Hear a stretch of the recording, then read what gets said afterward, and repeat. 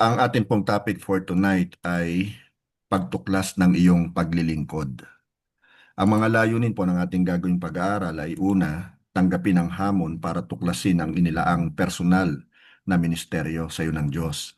At ang ikalawa naman ay unawain ang ilang dahilan na makakatulong sa pagtuklas ng personal na ministeryo. Ang pagtuklas po ng iyong spiritual na kaloob ay magbubukas ng maraming opportunities ng paglilingkod. Gayunman, ikaw ang kailangan makatuklas kung ano talaga ang gusto ng Diyos na iyong gawin. Kung ikaw'y bahagi ng katawan ni Kristo, meron kang tiyak na gawain o ministry na kailangan mong gampanan. Sa dahilang walang sino man ang may hawak sa lahat ng kaloob, mayroong dahilan kung bakit ikaw ay pinagkalooban ng gayong kaloob. Kailangang ikaw ay gumawa ng hakbang para tuklasin ang ministry na ibinigay sa iyo ng Diyos. Basahin po natin ang nakasulat sa ikalawang Korinto, kabanatang 5, talatang 18. Nakasulat po, ang Diyos ang gumawa ng lahat ng ito. Sa pamamagitan ni Kristo, ibinilang niya kaming mga kaibigan at hindi na kaaway. At pinagkatiwalaan niya kami upang maglingkod ng sa gayon ang mga tao ay maging kaibigan rin niya. So may katanungan po rito, anong ministeryo ang ibinigay ng Diyos sa lahat ng mga nakikipagkasundo sa Kanya?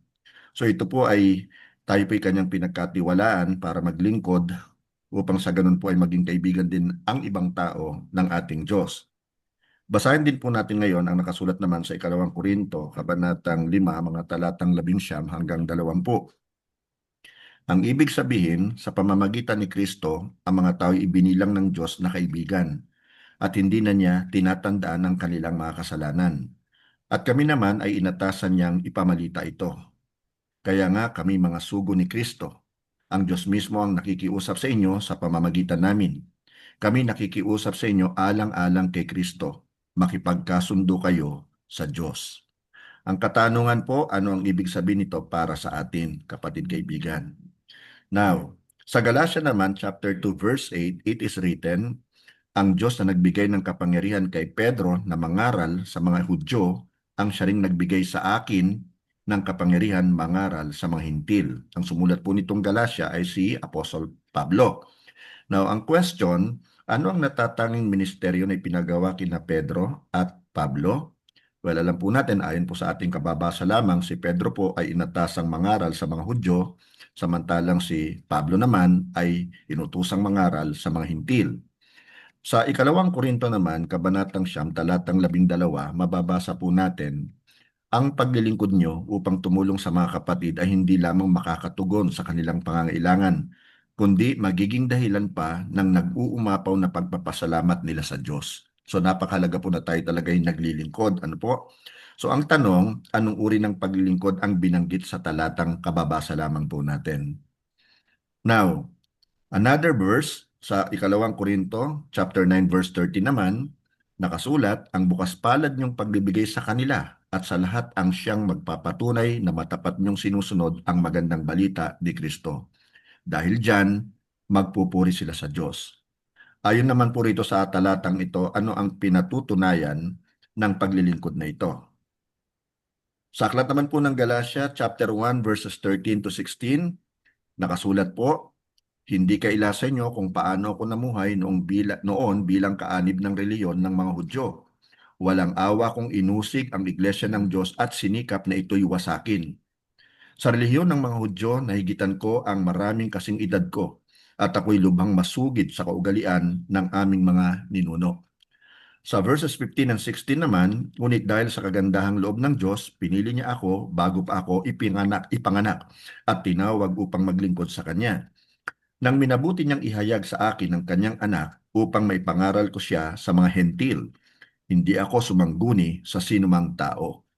At sa aklat naman po ng Filipos, kabanatang 3, mga talat ng 5 hanggang 8, pakinggan po natin na nakasulat, ako'y tinuli sa ikawalong araw mula nang ako'y isilang. Ako'y isang tunay na Israelita, buhat sa angkan ni Benjamin at totoong Hebreo. Kung pagsunod naman sa kautusan ng pag-uusapan, ako'y isang Pariseo. Kung sa pagiging masugid ko sa kautusan, inusig ko ang iglesia. Kung sa pagiging matuwid naman ayon sa kautusan, walang maisusumbat sa akin. Ngunit dahil kay Kristo Ang mga bagay na pinapahalagahan ko noon ay itinuring kong walang kabuluhan ngayon. So ang tanong po sa atin, ano ang kalagayan ni Pablo bago siya sumunod kay Kristo? Nakita naman po natin ang kanyang credentials, ano po, napakarami niya pong accomplishments sa buhay.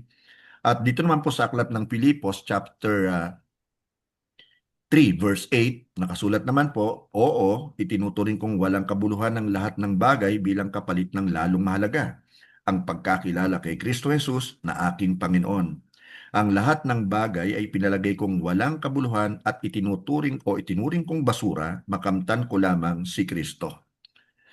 So ang question, paano ito nakakatulong sa kanyang paghanda sa gawaing itinawag sa kanya ng Diyos? Now, ang pagtuklas po ng gawaing tinalaga ng Diyos para sa iyo, kapatid, ay napakahalaga rin. Ang salita pong discernment ay isang kakayahan para makita ang kaibahan ng pangunguna ng Diyos kumpara po sa maraming tinig na atin pong naririnig. Para malaman po ang pinapagawa ng Diyos sa atin, dapat mong malaman, kapatid, kung alin sa ministeryo ka pinangungunahan ng Diyos. Maraming mga dahilan ang kailangang pag-aralan para ito ay maganap sa ating buhay. So ang una po, yung mga paloob na dahilan. Kailangan mong pagbulay-bulayan at kilalanin ang mga mayayamang katangian na ibinigay ng Diyos sa iyo. Ang paggawa nito ay makakatulong sa pagtuklas ng gawaing itinalaga ng Diyos para sa iyo. Kaya doon po sa aklat ng Roma, Kabanatang 12, talatang 6, mababasa po natin, tumanggap tayo ng iba't ibang kaloob ayon sa kagandahang loob ng Diyos. Kaya't gamitin natin ang mga kaloob na yan. Kung ang ating kaloob ay pagsasalita ng pahayag mula sa Diyos, magpahayag tayo ayon sa sukat ng ating pananampalataya. So, letter A po ang iyong pagkatao. Sa Genesis 25:27, it is written po, lumaki ang mga bata. Naging mahusay na mangangaso si Esau at sa kaparangan na halos tumitira. Si Jacob naman ay tahimik at lagi sa bahay. So magkaiba ang kanilang pagkatao. Ngayon, ikaw ay binigyan ng Diyos ng bukod tanging mga katangian na bumubuo ng iyong pagkatao. Isang bahagi nito ay nakuha mo sa iyong mga magulang o yung minana mo. Ang iba naman ay natatang iyo lamang. Ang iyong pagkatao ang nagpapasya kung paano ka nakikipag-ugnayan sa ibang tao, kung paano mo masdan ang nangyayari sa iyong kapaligiran, at kung paano mo binibigyang kahulugan ang mga ito. Ang iyong pagkatao, ang kabuuan ng iyong pag-uugali at pananaw sa buhay. Kailangan mong isaalang-alang ang iyong pagkatao sa pagtuklas ng gawain itinalaga ng Diyos para sa iyo. Karaniwang ipinapakita ng iyong pagkatao mga bagay o gawain na iyong kinahihiligan. Naakit ka sa mga ito ayon sa iyong pagkatao.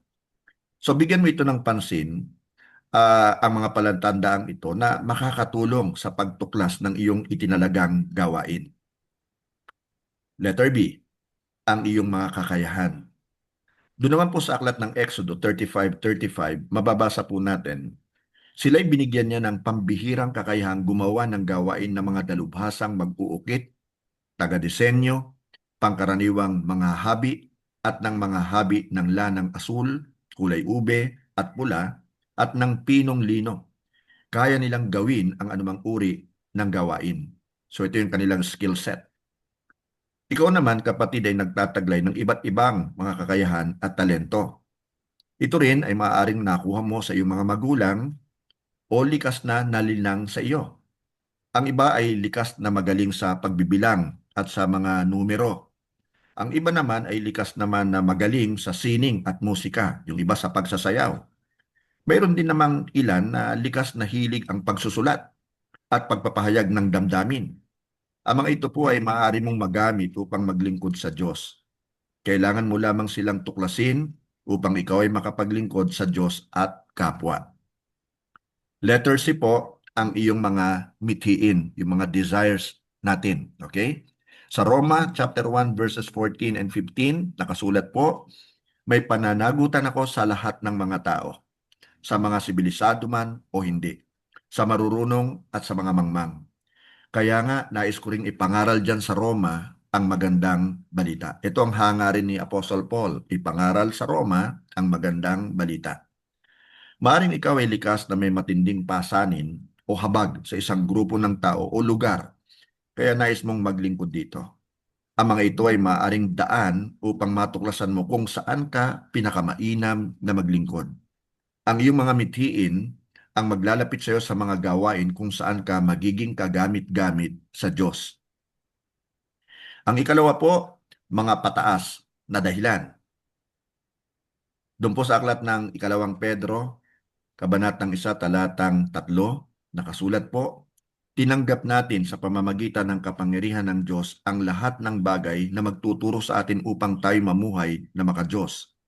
Ito'y dahil sa ating pagkakilala kay Jesus, na siya ring tumawag sa atin upang bahaginan tayo ng kanyang kaluwalhatian at kadakilaan. Ang Diyos po ay may mga kaparaanan upang matuklasan mo ang iyong itinalagang gawain. Gumagawa siya ng mga kaganapan sa iyong buhay upang matuklasan mo ang kanyang kalooban. Kung seryoso mong pinag-iisipan ang iyong personal na ministeryo, kailangan mo ring isaalang-alang ang mahalagang bagay na ito. Una, tawag ng Diyos. Sa Galatia chapter 1 verses 13 to 16, atin pong mababasa, hindi kaila sa inyo kung paano ako namuhay noon bilang kaanib ng reliyon ng mga Hudyo. Walang awa kung inusig ang iglesia ng Diyos at sinikap ko na ito'y wasakin. Sa lehiyon ng mga Hudyo, nahigitan ko ang maraming kasing edad ko at ako'y lubhang masugid sa kaugalian ng aming mga ninuno. Ngunit dahil sa kagandahang loob ng Diyos, pinili niya ako bago pa ako ipanganak at tinawag upang maglingkod sa Kanya. Nang minabuti niyang ihayag sa akin ang Kanyang anak upang may pangaral ko siya sa mga hintil, hindi ako sumangguni sa sinumang tao. At doon naman po sa unang Korinto, kabanatang 3, mga talatang 5 hanggang 9, ganito naman po ang nakasaad. Sino ba si Apolos at sino si Pablo? Kami mga lingkod lamang ng Diyos na kinasangkapan niya upang akayin kayo sa pananampalataya kay Kristo. Ginawa lamang ng bawat isa sa amin ang tungkuling ibinigay ng Panginoon.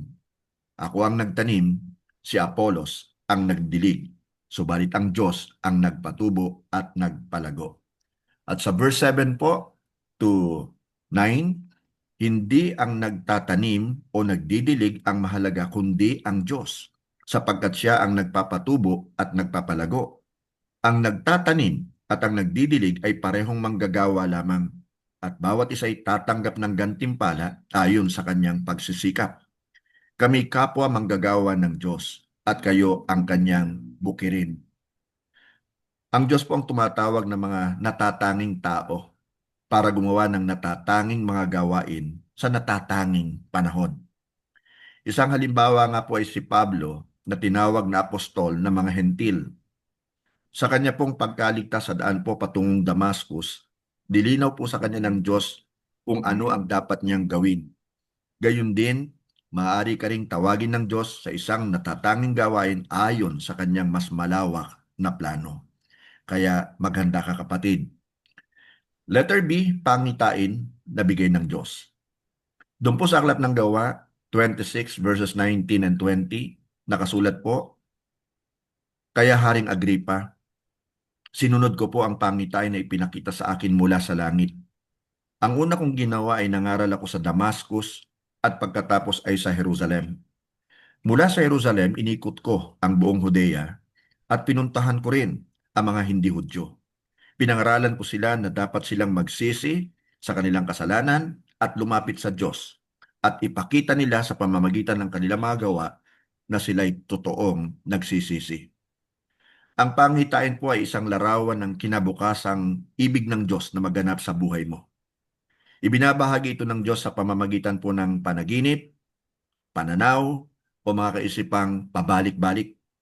Ang mga ito ay makakatulong po sa pagtuklas ng itinalagang gawain para sa iyo.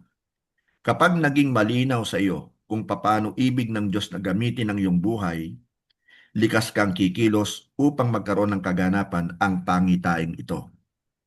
Now, ang ikatlo naman po, mga palabas na dahilan.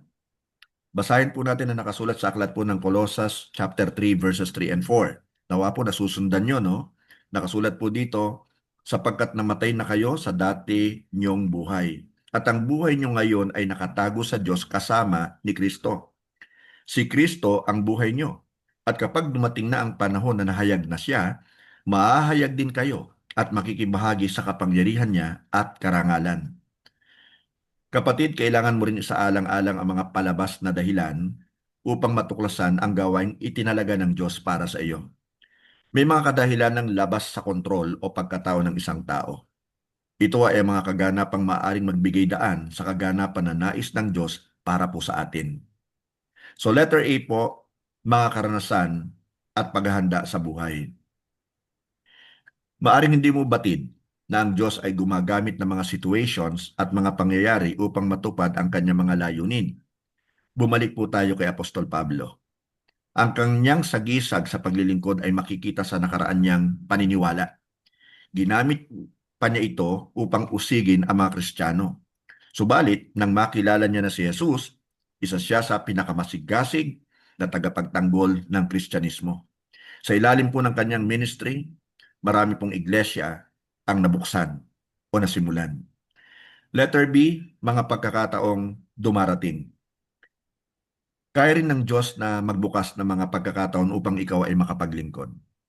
Ang mga pagkakataon pong ito ay mahahalagang panahon para maisagawa ang plano ng Diyos. At ang mga pagkakataon ay hindi lamang po kapag maganda ang mga nangyayari. Madalas po gumagamit siya ng mga hindi magagandang pangyayari para ika nga ay matugunan mo ang pagkakatawag mo sa Kanya. Habang binabalak mong tuklasin ng iyong natatanging ministry, hindi mo dapat ipagwalang bahala, kapatid kaibigan, ang mga uri ng paglilingkod na inaasahan sa lahat ng mananampalataya. Ano-ano ito? Una, pananalangin. Sa Roma chapter 12 verses 11 and 12, it is written, "Huwag kayong maging tamad, kundi magpakasipag at buong pusong maglingkod sa Panginoon. At dahil may pag-asa kayo sa buhay, magalak kayo. Magtiis kayo sa mga paghihirap at laging manalangin." Ang pananalangin po ay hindi lamang pakikipag-usap sa Diyos. Kabilang din dito ang panalangin natin para sa ating kapwa. Tinawag ka ng Diyos upang itaas ang ibang tao, ang iyong mga leaders, at ang iyong bayan sa pananalangin. Ang bawat mananampalataya ay tumatayong tagapamagitan or intercessor ng kanyang Diyos at ng kanyang kapwa. Kaya siya ay tinawag sa ministeryo ng pananalangin. Ikalawa po, paghahayag ng mabuting balita.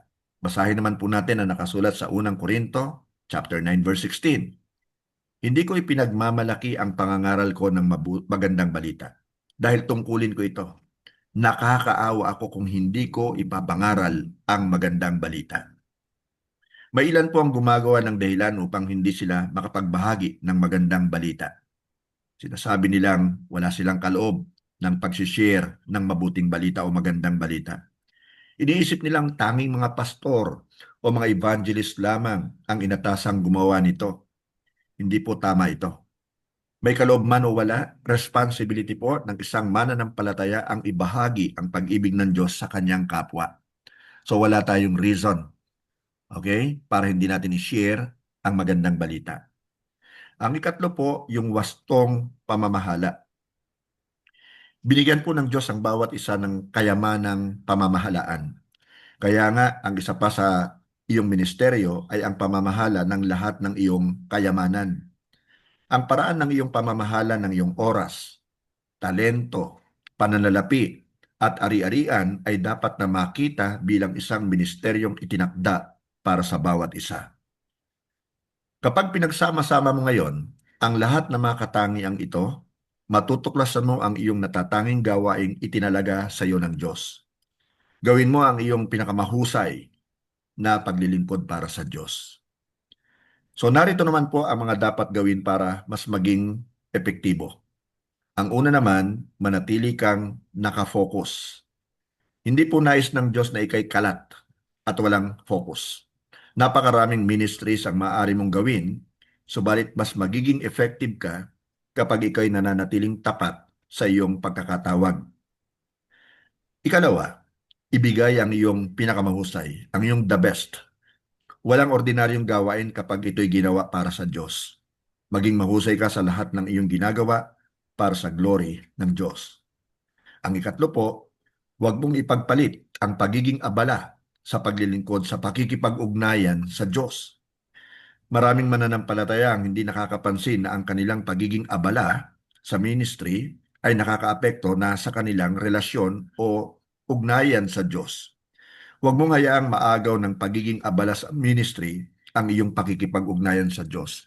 Naalala niyo ba yung magkapatid na si Martha at saka si Mary? Si Martha abalang-abala sa gawain, si Mary naman ay abalang-abala sa kanya pong pakikinig kay Kristo. At nung nagreklamo na itong si Martha kay Jesus dahil hindi siya tinutulungan ni Mary at gusto niyang tulungan siya ni Mary, hindi naman po nirebuke ni Jesus si Mary o si Martha. Manapa po ay pinapurihan niya yung ginawa po ni Mary. Now, ikaapat po, lubos na magtiwala sa Diyos. Maging tapat ka sa tawag ng Diyos sa iyong buhay. Huwag mong hayaan ang iyong sarili na panghinaan ng loob sa iyong paglilingkod sa Diyos. Dahil kung titingnan mo ang mga taong nakapaligid sa iyo, most likely mapo-frustrate ka lang. Sasama lang ang loob mo at ma-discourage ka. Maybe madi-disappointed. Ano po? Kaya sa Diyos tayo magtiwala, sa Diyos po tayo mag-focus. Huwag mong hayaan ang iyong sarili na panghinaan ng loob sa paglilingkod mo. Huwag mong hayaan ang iyong sariling manlamig sa paglilingkod sa Diyos, sa paglilingkod mo sa iyong kapwa at sa sanlibutan. Panatilihin mong naglalagablab ang apoy mo para sa Diyos. Hallelujah. Tayo po'y manalangin mga kapatid. Heavenly Father, we bless you and thank you my Lord sa pagtuturo mo po sa amin through your blessed Holy Spirit sa gabi pong ito. Marami po sa amin natuklasan na o na-discover na kung ano po yung mga gifts namin, kung ano yung calling namin para kami po ay effectively makapaglingkod po sa aming kapwa.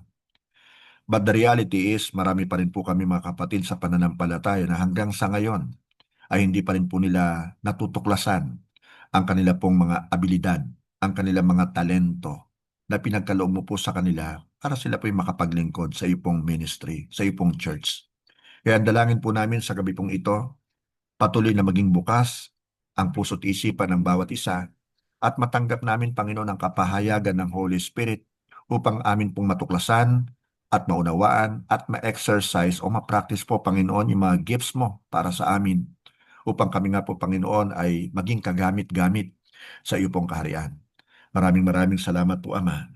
At ayaw mo, Lord, na sa sandali pong ito, itaas din po namin sa iyo ang aming pong meeting, O God, na gaganapin para sa lalo pong ikabubuti, ikagaganda po ng iyo pong ipinagkatiwalang church po sa amin. We thank you, my Lord, for all these people na patuloy na nakikinig, walang sawa, Panginoon, na ninanais na maging karapat dapat sila at kagamit-gamit, Panginoon, sa iyo pong ubasan. Again, bless each one of us, my Lord, and this we pray in Jesus' name. Amen. And amen and amen. Glory to Amen. God. Magandang gabi po at maraming salamat po.